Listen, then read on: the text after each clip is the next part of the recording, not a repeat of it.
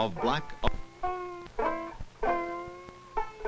black history, lost, stolen, or strayed.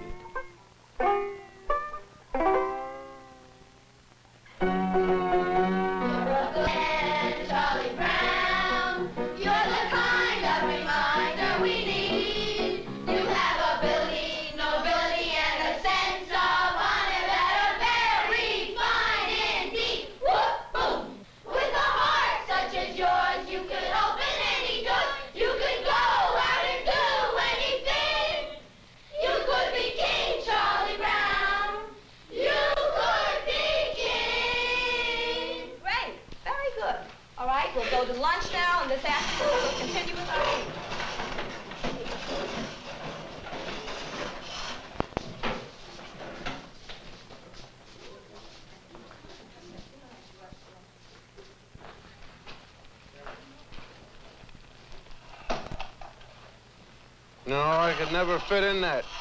Never get in that at all. This is more like it. Now, what's the whitest thing you know? Whiter than the driven snow, whiter than the whites of your eyes? Sugar. Non-integrated, non-black, sweet sugar. But you see, there is a black man in your sugar. His name is Norbert Rillier. Norbert Rillier in 1846 invented a vacuum pan that revolutionized the sugar refining industry.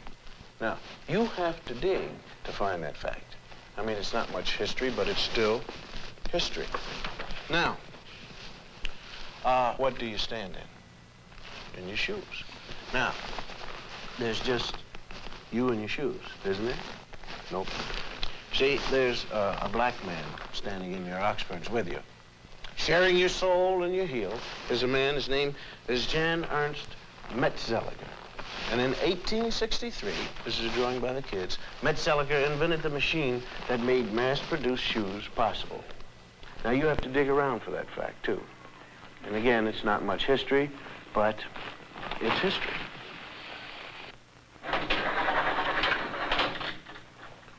Am I coming in clear to California? I mean, is this TV signal driving through a pass in the Sierra Nevada mountains and slipping into San Francisco? Okay, well, I want to thank you, Jim Beckworth. Jim Beckworth out of St. Louis, hunter, trapper, and honorary chief of the Crow tribe of Indians. We had trouble finding you, Jim. Though you helped open the West, you didn't make the books. Chicago, right here, where the Wrigley building is. Young fellow by the name of Jean-Baptiste de Sable. Jean-Baptiste, he founded Chicago, when he traded with the Indians. And of course, there it is right there at that particular time. It was called Chicago, or Stinking Onion, by the Indians. And de Sable, he didn't even change the name at all. Now you take the Lewis and Clark expedition here, right in there. You'll find a black man named York, helping to open the West. Those men are trying to wash the black out of York. That's what you might call historically significant, because a lot of people think we ought to wash white, but we ain't gonna, you see. Texas, coming to you, Texas, right down the Chisholm Trail, right here. Right down there with 5,000 black cowboys who never made it to the Hollywood Western. Did you know that, huh? In this same group, there was one black outlaw. His name was Deadwood Dick, who claimed his soul brothers were Bat Masterson, Billy the Kid, and Jesse James. Deadwood Dick used to ride into the saloon, order 2 drinks, one for himself and one for his horse. And here's his horse drinking a shot of red-eye with a straw. And how about the 186,000 blacks who fought on the Union side during the Civil War? 38,000 died. How about Teddy Roosevelt's charge up San Juan Hill? It wasn't just the Rough Riders who made it. 4 black regiments went right up with Teddy. They didn't get lost going up the hill. They got lost in the history books.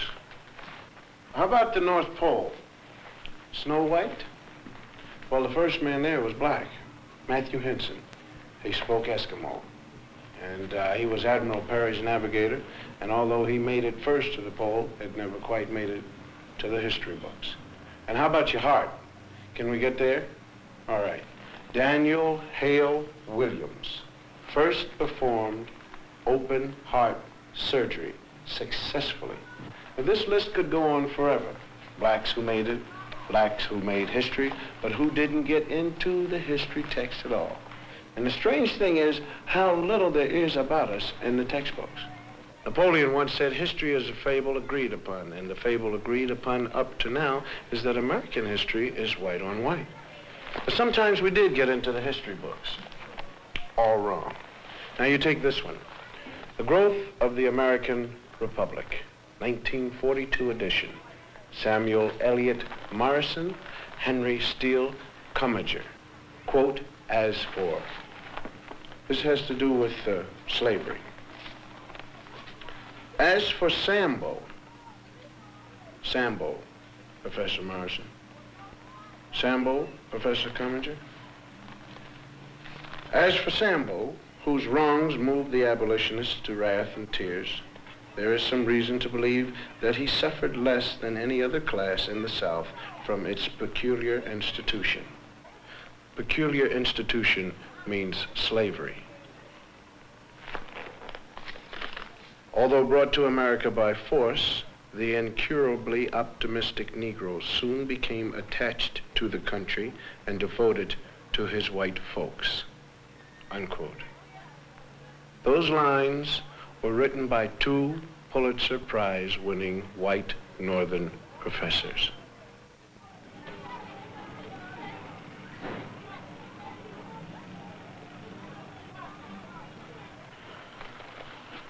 Slavery. That's the place everybody likes to start Negro history. You have ignorant black men being brought over from Africa in chains. Terrible thing, slavery. But this way slavery is taught, it sort of takes the sting out of it. Because the way it's usually taught, people think that we Afro-Americans started with nothing but little grass skirts like the kids in the Tarzan movies. And though America gave us slavery, America kindly gave us religion and a lick or two of education. And when we get more jobs and more education, then up from slavery. But we had something before we left Africa, something more than rhythm. I mean, we had a high culture. Culture was so high that great artists in the world are still borrowing from it. Now, here's a sculpture by an unknown African artist. And here's what Paul Klee took from him. Now, here's a work by an unknown black African, and Pablo Picasso liked what he saw. Another African design, and Modigliani swiped it, or he was influenced by it, or whatever polite word you want to use. Another black African artist, and Picasso didn't change it very much. I mean, when you look at this copying, you gotta give us a little more than rhythm. You gotta give us style. Now, if you tell the history of slavery right, you got a big problem on your hands. The slave trader didn't take some savage out of Africa. He took a human being. He sold him like an animal and separated him from his family. America invented the cruelest slavery in the history of the world. It broke up black families. After slavery was over, America kept breaking up the black man's family. And that's some awful history to teach. Now, if you want to look history right straight in the eye, you're going to get a black eye. Because it isn't important whether a few black heroes got lost or stolen or strayed in America's history textbooks. What's important is why they got left out. Now, this country has got a psychological history. There was a master race, there was a slave race. And though there isn't any political slavery anymore, those same old attitudes have hung around. I mean, the burning part of Burn, Baby Burn is right here in this classroom. We want to thank Mrs. Lovely Billups and the whole gang here at the 4th grade for the brilliant and intelligent artwork that they've done here to make this whole broadcast sing. I want you guys to keep pretending that I'm not here. You're doing a great job, and just keep on drawing and reading and writing, doing what you have to do, because I'm going to talk about some other kids. Not you, Mary, John, and Bob. These are kids from other schools. Did you know in some states it used to be against the law to teach blacks to read or write? Nowadays we're getting these integrated schoolrooms, and most people think that if we get enough teaching and enough jobs, everything is going to take care of itself. But there is a scar of history running right through kids as young as these. It tears you up if you know how to look at drawings kids make, because kids shouldn't know much about history and anything about discrimination. I mean, nobody hates little black kids, but why do some of them cause so much trouble? And if you ask black and white children to draw themselves, or trees, or houses, some strange things happen. We asked some ordinary white kids from ordinary families to make some drawings for us. Like, well, let's call him John. John's white, and we asked him to draw himself. This is John. This is his house, and this is his tree. Then we asked a black kid, let's call him Ralph, to do the same thing. This is Ralph's drawing of himself. This is his tree. Now, why should two kids of the same age draw so differently? Enter the expert. This is Dr. Emmanuel Hammer, psychiatrist specializing in children's therapy. Well, let me illustrate it for you. Let's take these drawings. No matter what a child draws, he's really picturing himself. Ask a secure child to draw a tree, and he's likely to draw a bountiful, spreading tree. A black child drew this tree, cut off in its growth, stark, bare, ungratified. It works the same way with drawings of people. Normal children, average drawings. The mood is happy, the child feels capable, the drawings are complete, and the arms are developed to emphasize strength. These children were old enough to draw complete figures. The significant fact is what they left out: arms, hands. A child may sense that a situation in life is so powerless that he himself is equivalent to an armless man. My own study reveals that armless people appear 3 times more frequently in the drawings by black children than those by white. The faceless beings suggest that these youngsters not only feel themselves to be less than they might be, they don't even feel themselves to be. The black child who is forced to live in a hostile world may disappear in self-defense. He drifts through life feeling like a shadow. He stops caring, and he stops trying. A child who has this on his mind cannot be a child. A child who has this on his mind could want to burn down cities when he gets older. The whole confusion was summed up by a black 9-year-old in these 2 paintings. This is a 9-year-old boy draws a white man, Robin Hood maybe. And this is how the same boy draws himself. And this is the consequence of deformed history. Linda, close the curtains. Brian, lower the screen. Bonnie, lights, please.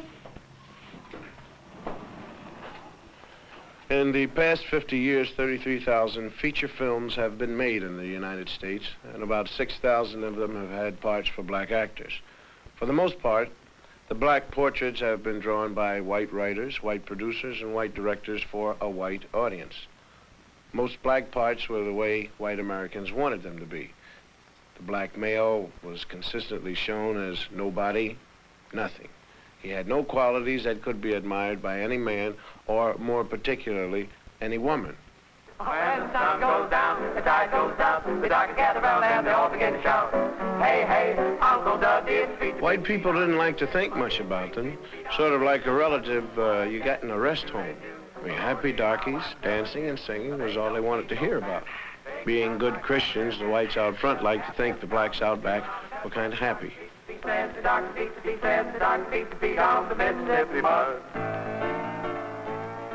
Uncle Tom's Cabin was one of the first movies made that tried to say anything about black people. Uncle Tom was changed a little each time it was put on the stage, and all the parts were played by white actors, and by the time they made a movie of it in 1903, Uncle Tom was just the white man's idea of a good nigger. You might say he was what H. Rap Brown ain't. They made this picture 5 times, and by the time they finished with it, Mickey Rooney could have played Uncle Tom.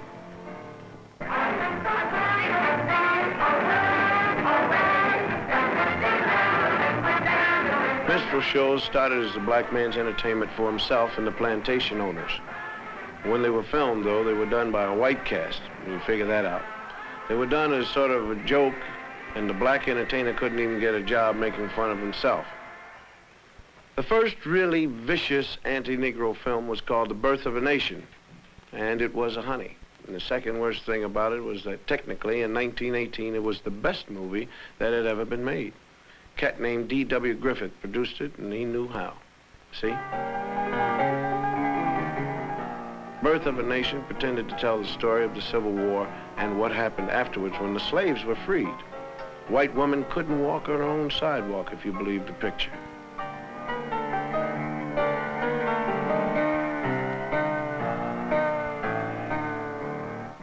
In the South, Negroes got the right to vote, and the movie showed black vote collectors refusing to accept white votes, and black people sneaking in extra votes.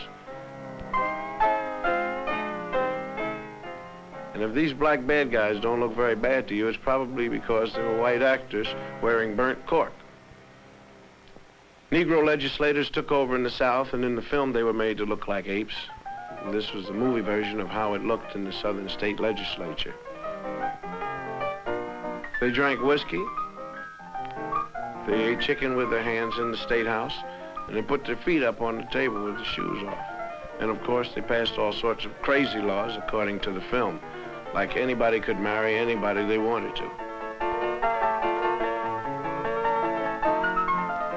It was obvious to anyone who saw this picture that Negroes weren't fit to govern themselves or anyone else because they really weren't people. This film is 50 years old, and it may look silly and out of date now, but it didn't look silly when it was made and seen. Several million Americans who saw it were propagandized to believe that this is the way things would be if they weren't careful. So they've been pretty careful. Colonel Cameron, a former officer in the Confederate Army, is all upset over the way Northerners and the freed slaves are changing his South, taking the mint julep right out of his mouth. So he takes a walk one day while he's worrying about it, and he sees two white kids playing, and then four black kids come along. Being hardly human and naturally afraid of ghosts, the black kids run. Colonel Cameron sees the whole scene, gets his great idea, and with this, that great white all-American organization, the KKK, was born. The cavalry and the bedsheeters come to the rescue. The South is saved. In this picture, the Ku Klux Klan was the good boy who saved the South. Most Hollywood films, though, even the early ones, weren't really nasty. Nobody was sitting around saying, hey, let's take care of the niggers. What producers were doing was making money. And to make money, they made pictures that white ticket buyers would enjoy. They showed Negroes the way most Americans like to think of them. To blame Hollywood is like throwing a rock at the mirror because you don't like what you see in it. Burt Williams was one of the great vaudeville performers. He couldn't get parts in white pictures, so he made a lot of short comedies. He played the part most Americans consider typical Negro. He wasn't bad, really, just lazy, stupid, and happy the way he was. And his feet hurt. He was afraid of most everything. And when he was scared, he shook and his teeth chattered. Unlike a scared white man, the black man's eyes could pop out of his head. And when he was scared, he was so scared he couldn't talk. And he was also so scared he couldn't run.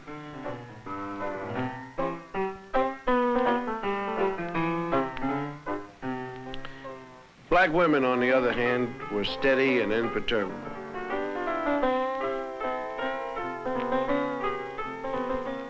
They stood like a rock on the face of things that scared black men.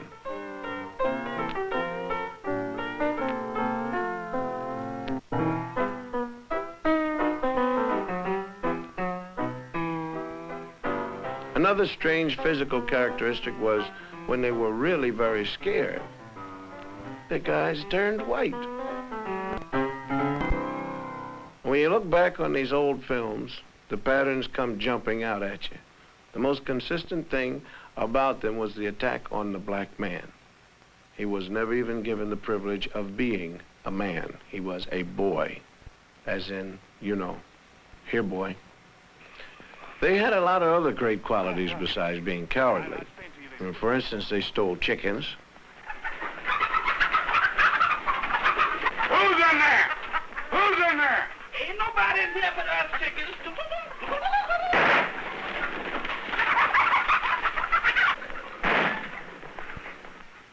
They shot craps.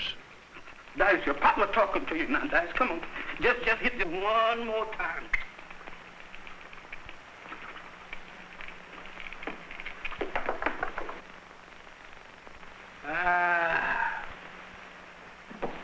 And lions weren't the only thing they were afraid of either. They were afraid of gorillas. Wallace Rose, is that you next to me? Wonderful. Is that you next? Now, come on, Wallingford. Now, don't stand around. Come on, tell me the truth. Is that you next to me? Wallingford, please say yes, that's you.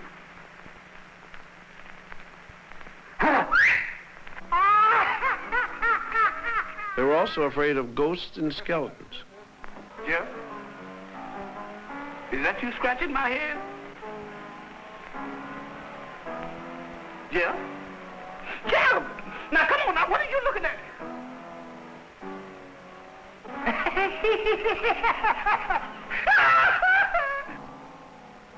What's your hurry, boys? Even when they were little boys, they had these characteristics. Farida in our gang was the boy.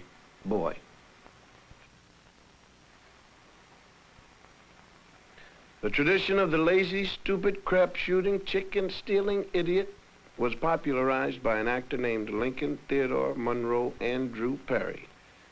The cat made $2 million in 5 years in the middle 30s, and everyone who ever saw a movie laughed at Steppin' and Fetch It. Come out, wherever you is, wherever you be, wherever you do. Come out, wherever you am.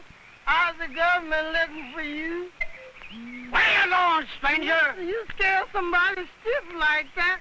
I'm looking for hillbillies as you are.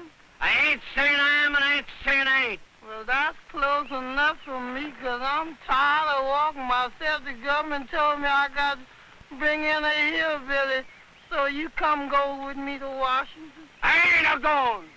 That's the color of another horse. Well, I tell you, you don't go for me.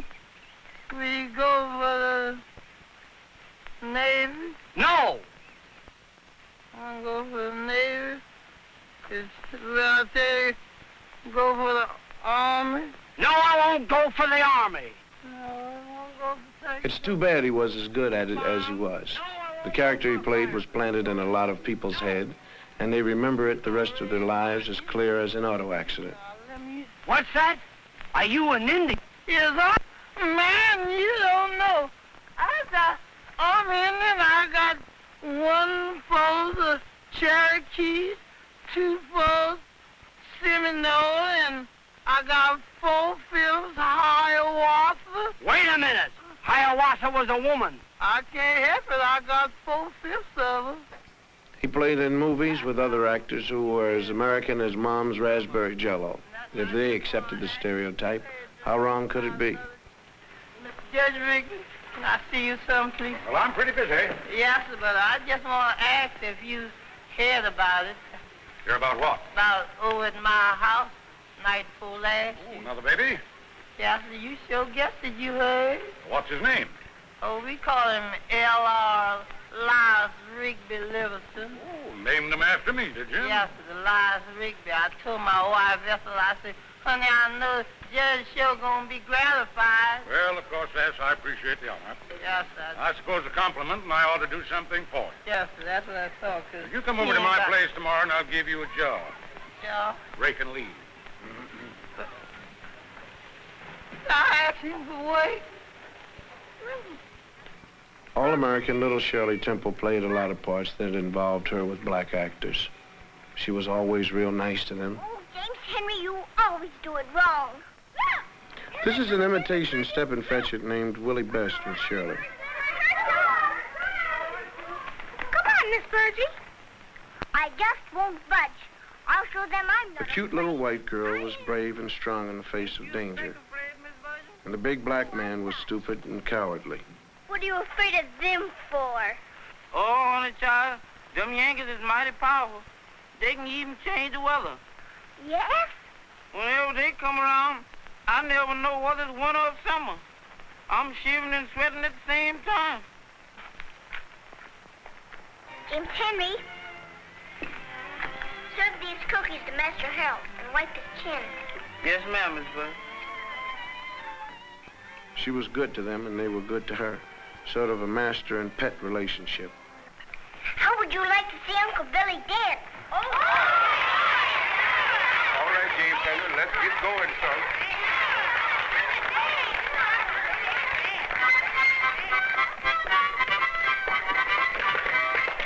This is Bill Bojangles Robinson, one of the great ones. But if he wanted to work and dance, he had to come into a picture through the servants' entrance.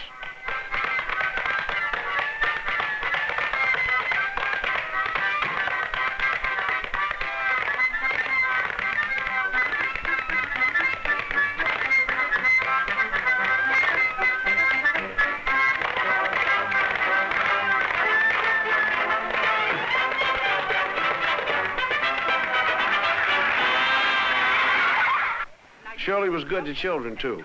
They loved their little mistress, and she treated them real good. Hello, Sally Ann. Just like they were equals. Go on now, Sally Ann. Miss Virgie, please, ma'am.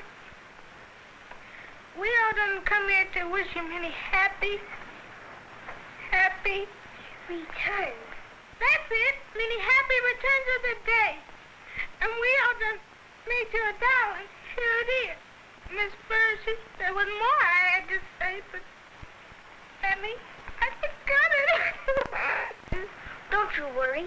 This is the very nicest present I got. Thank you ever so much. Yes, indeed, children. It was very thoughtful and sweet. Come now, dear. I'll see you later. Say late. Oh, we'll be waiting. I suppose it might have surprised a lot of Hollywood producers to know a scene like that could actually make a lot of people, mostly black, sick to their stomach.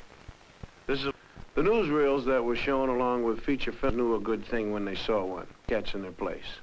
Nobody black ever did anything very newsy in it. They did things like eat watermelon in watermelon eating contests.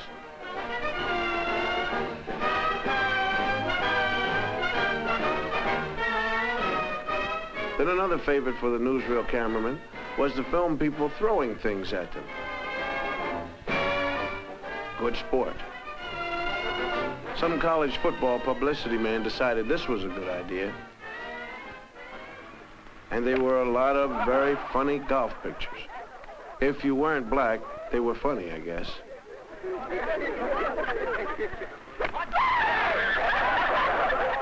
Lie down. Just right out of your mouth. Don't miss, boss, don't miss. Well, you keep still, see? Otherwise, you'll have flowers in your room and you won't smell them. Oh, boy. Oh, hey! Everything suggested the black man was nothing.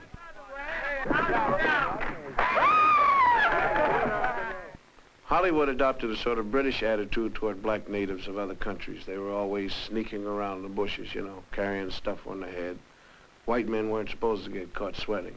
I've seen a picture called Prestige, and it stated the colonial attitude. Don't let it break, Andre. Take to him your race for a wedding gift. The prestige of the white man. That means everything you stand for, and it is the only weapon you two will have. Prestige. That it is enough to preserve you. Yes, sir. And I'll try to remember it. If you'll kiss me.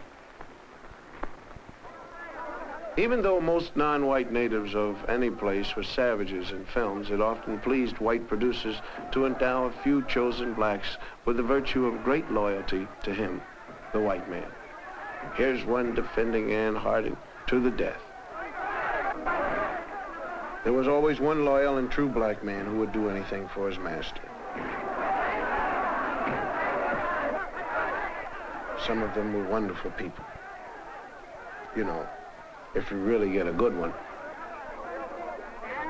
Mostly, though, Negroes were not heroes. They were a bit part servants, railroad porters. Watch your step. Watch your step, sir. Now, this is your destination, folks. They made very good chauffeurs. Looked good in their caps. And they were great at serving all kinds of drinks. That coffee of yours stays with you like poor relation. What's that you got there, Libby? Your sassafras tea. Wherever there was a thirsty master, there were they also.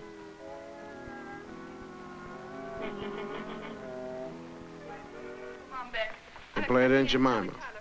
Will you have enough?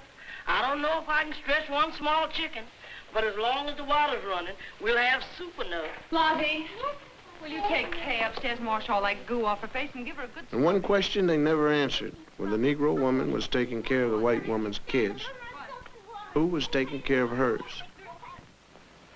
They did all kinds of odd jobs around the picture, like walking horses. When they weren't walking the horses, they were out back playing craps, of course. Recreation.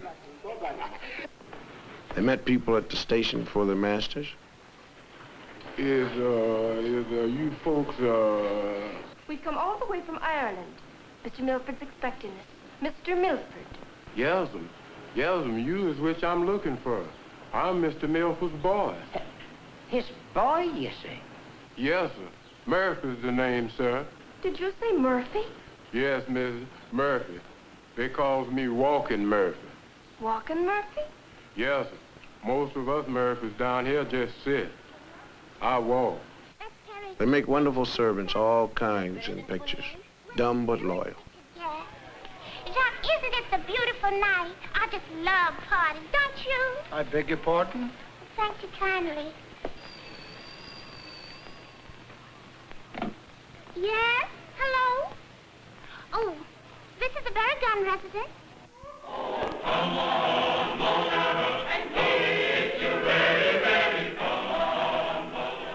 And things were getting pretty tough during the 30s. And a good thing for a lot of black actors was that they made a movie called The Green Pastures with, like they say, a cast of thousands. It gave a lot of people work, but it had all the old stereotyped characters. It was clever and funny and all black. But it was a white man's picture. I'm the Indian. Henry, you sure got the prettiest wings. Oh, they just my old ones. Cigar, gentlemen, cigar. Just have yourself. Cigar, gentlemen, cigar. Oh, Lord, the smokehouse is empty. Oh, Lord, let me get them groceries. Oh, Lord, let me see that little six. Where? Come on, you gonna feed me or not? Hey! Why, you just a little boy, gambling and sinning and chewing tobacco like you was your own pappy. And you've been drinking Sonny Kick Mammy wine, too. You gamblers ought to be ashamed of yourself leading this boy to sin. Well, he's the best crapshoot in town. You find my mammy, do more than I can. While Hollywood was turning out films, radio came along and decided to get in on it, too. Two white fellows from Chicago invented two black characters they named Amos and Andy. They played their parts on the radio for 30 years. This is them doing their bit. Well, Brother Crawford looks pretty good since he's been here. Tom Springs, don't he? Yeah, looks like his wife done beat him on the... When radio moved over to let television in, Amos and Andy went with it. These two white cats couldn't play Amos and Andy where you could see them, so what they did was they had a black cast. The cast was different, but the stereotypes were the ones that the white people had come to know and love. They were shady characters with money. Well, I got the books right here, and they're open to each and every brother complete inspection. Get your hands off of that thing there. So you want to see the financial books, huh? Yeah. Well, there it is. There it is. You done see them. The meeting's adjourned. They were still slow and lazy. Are you sure they're not here? Oh, yes, sir. They told me so themselves. Have them report to our office right away. I sure tell them, all right. I got to see this. They had trouble with the English language. Misused words a lot. And Mr. Brown, my new secretary here, ain't gonna have no time for no extracurricular activities. And I'm telling you now, as long as you have that secretary in your office, I'm going to work as a secretary myself. Oh, give me an ultimatum, huh? I'm putting my foot down. They had trouble with women. And it was always the women who were dominant. Come on, Herman. Mostly black actors aren't playing the old stereotypes anymore. There are people who say they're playing a new stereotype. Sidney Poitier is always helping some little old ladies across the street, whether they want to go or not. The black people in this country got a bum deal for a long while, and it won't hurt much if we see a little of that now and then. Stanley Kramer has let us use some scenes from Guess Who's Coming to Dinner. You look at these and remember Birth of a Nation. This is the opening scene when Katherine Hutton is bringing Sidney home for the first time. This is Dr. Prentice. John, Miss Matilda Binks. Pleased to meet you, Miss Binks. I've certainly heard a great deal about you. Katharine Hepburn and Spencer Tracy are the girl's parents. Thank God he's right. She's 23 years old, and the way she is just exactly the way we brought her up to be. We answered her questions. She listened to our answers. We told her it was wrong to believe that the white people were somehow essentially superior to the black people, or the brown or the red or the yellow ones, for that matter. People who thought that way were wrong to think that way. Sometimes hateful, usually stupid, but always, always wrong. That's what we said. And when we said it, we did not add, but don't ever fall in love with a colored man. Sidney tells it like it is to his old man. You and your whole lousy generation believes the way it was for you is the way it's got to be. And not until your whole generation has lain down and died will the dead weight of you be off our backs. You understand? You've got to get off my back.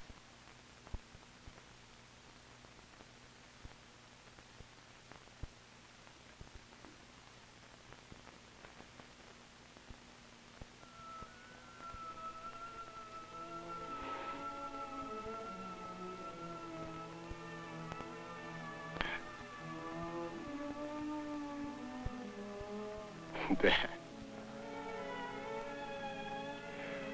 you're my father. I'm your son. I love you. I always have, and I always will. But you think of yourself as a colored man. I think of myself as a man.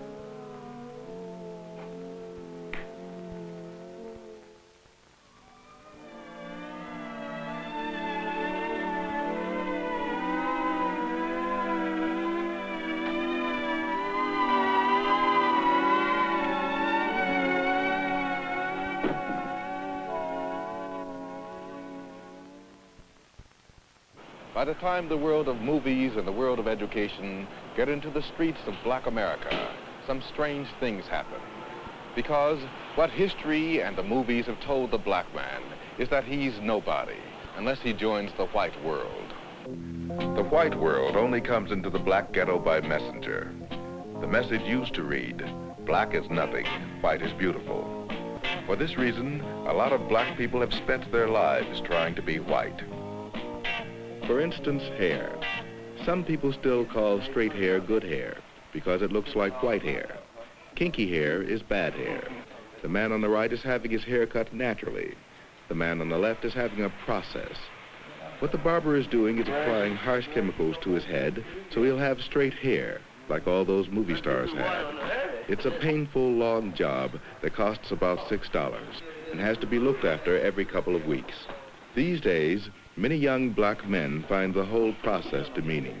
It's going out of fashion, even in the ghetto. It takes pain to become like a white man, and more pain when you know you can't make it.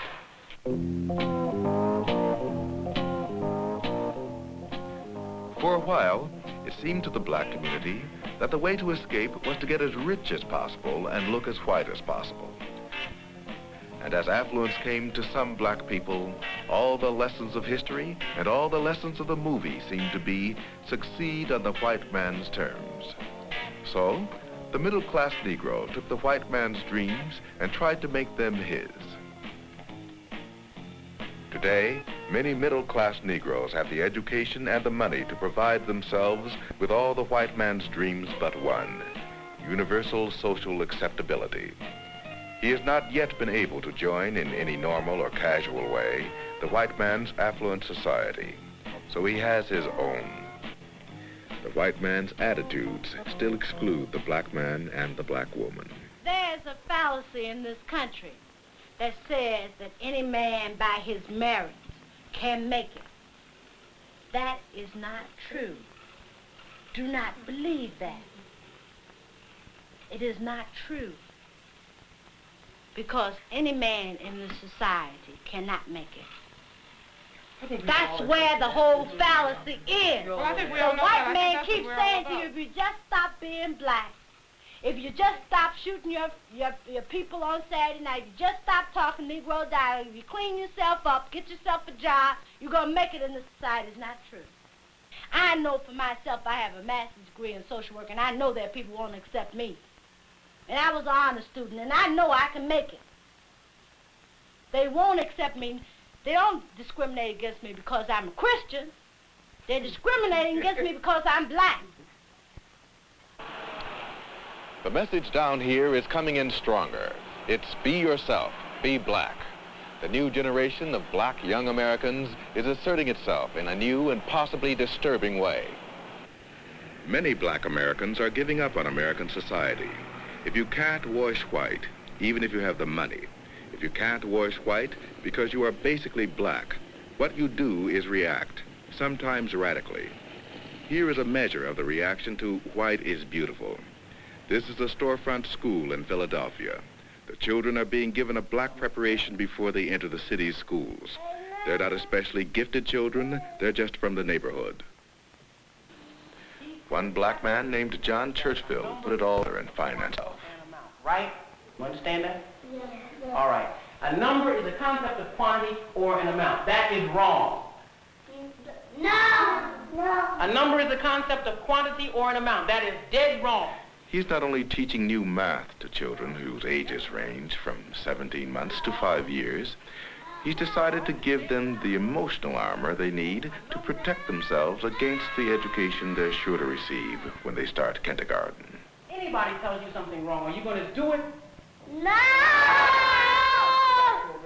All right. What do you want, Janelle? I want freedom. When do you want it?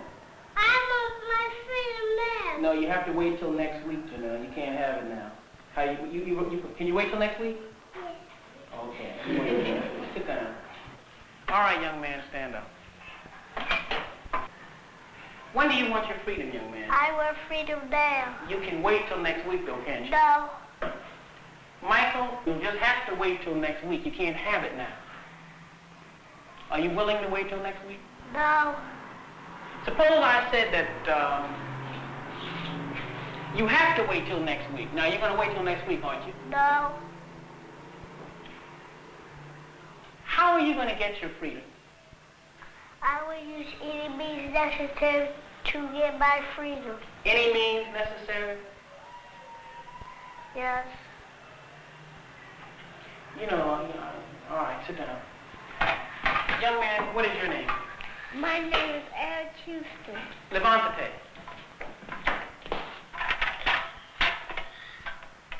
What is your nationality? My nationality is Afro-American. What is freedom? Freedom is black power. What is black power? Black power is... Do you know what black power is? No. Well, then you should should never make any statements if you don't know what they mean.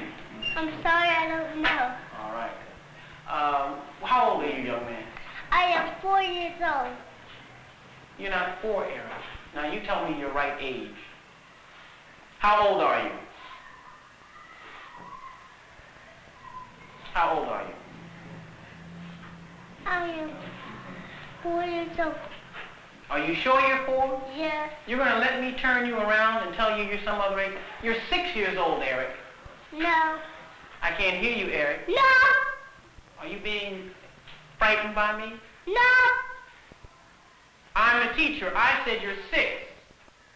I am 4 years old.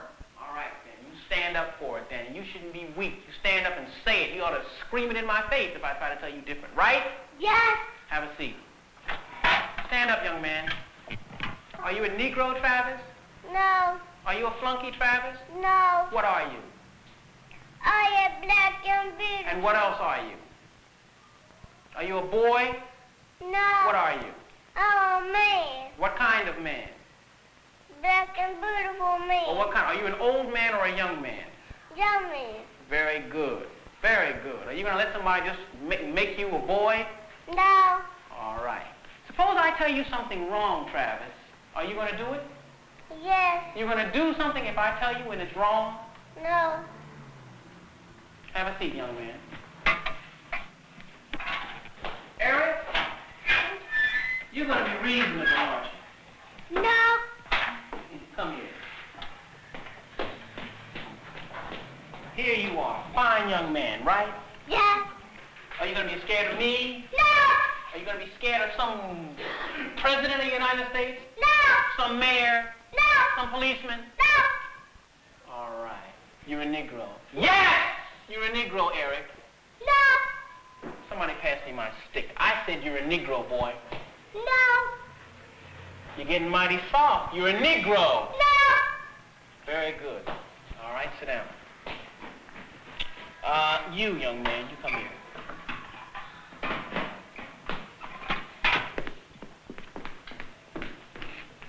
Your nationality is American Negro. Yes. No. Your now look, don't play with me. You're a Negro. No. I am. No. Suppose I threatened to beat you, what would you say? Aren't you a Negro now? No. What are you? I'm black and beautiful. What is your nationality? My nationality is Afro-American. Suppose I had some money in my pocket. Suppose I gave you $1 to say that you're an American Negro. This is money now. Money talks. Money talks. This $1. And if you don't say it, you don't get it. You're an American Negro, aren't you? No. You won't have any money. You know you need money, don't you? Yeah. You need money to live, don't you? Yeah. All right. All you have to say, Leon, is that you're an American Negro. Aren't you an American Negro? Are you an American Negro? No. What are you?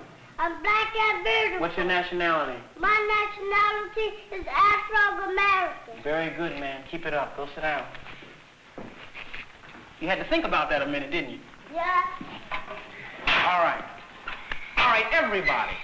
What is your nationality? My nationality is Afro-American. Good. All right. What will do to you in different ways when you get out of the school? They're not going to just come right up to you and give you $1 or say, if you say that you're an if you say you're an American Negro, I'll give you $1. But they're going to be very nice to you, some of them, and they're going to try to, get you not to love black people. They're going to try to get you to, be something other than you are. They're going to try to make it seem as though you're different from the masses of black people. And they want you to go away. Now, I'll tell you, I'll give you special things if you just come along with me and do what I say. But you must reject that. Now, you know what that means? That means you're not going to have the money you'd like to have, and money is not important. We need money. We have to buy things with it, but money is not the thing that we're living for. The only thing that makes a person worth living is being a man and being a woman, being strong in character, being straight, telling the truth, and living in the truth and doing the right thing. You understand that? So no matter what happens, I want you all to always tell the what? You may not get the marks you're supposed to get in school. You may be doing the work, but because the teacher doesn't like your attitude, and she'll always tell you, I don't like your attitude. Because you're independent, but you're not going to school for grades. You're going for what? Yeah. All right, and what kind of people is everybody in this room going to be? Tell me the kind of people you're going to be. Black and beautiful. What else? You're already that. What are you going to be? You're going to be stupid? No. What kind of people are you going to be? Excellent. You're going to be excellent, and what else? Yes, ma'am. Strong. And strong, and what else? And good. And good, and what else? And genius. And a genius, and what else? I'm looking for another word. All of you are geniuses right now, and you'll be better than that. What else? I'm looking for a word that begins with a B. Brilliant. Brilliant. And brilliant really means to shine. And all of you will shine. All of you are really going to be brilliant. Good enough. All right. How does everybody feel now? You ready to get ready for lunch? Yeah! Who's hungry? Well, it's kind of like brainwashing. Or is it? I mean, can you blame us for overcompensating? I mean, when you take the way black history got lost, stolen, or strayed, when you think about the kids drawing themselves without faces, and when you remember the fine actors who had to play baboons to make a buck, I guess you gotta give us a sin of pride. Pride. Hubris in the original Greek. It's 300 years we've been in this American melting pot and we haven't been able to melt in yet. And that's a long wait. Listen, we've been trying all kinds of parts to make the American scene. We've been trying to play it straight and white, but it's been just bit parts. Now, from now on, we're going to play it black and American, because we're proud of both. Hubris. I'm Bill Cosby, and you take care of yourself.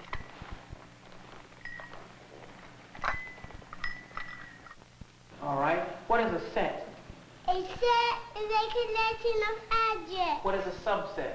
A subset is part of a set. What is a member? A member is one unit of a set. What, in terms of set comparison, does larger mean? Everybody together. I'm going to ask you all a question. Let's see if you can do it. All right? What is arithmetic? Arithmetic is science of numbers. What is a number? A member is one unit of a set. What is, in terms of set comparison, what does larger mean? Larger means a set that has more members in it. In terms of set comparison, what does smaller mean? Smaller means a set that has less members in it. All right. All right. Now, quickly, look up on the board, relax, but think very quickly. You understand? Yes. All right. In terms of set comparison, we want to compare two sets, and I want you to tell me which is larger. The first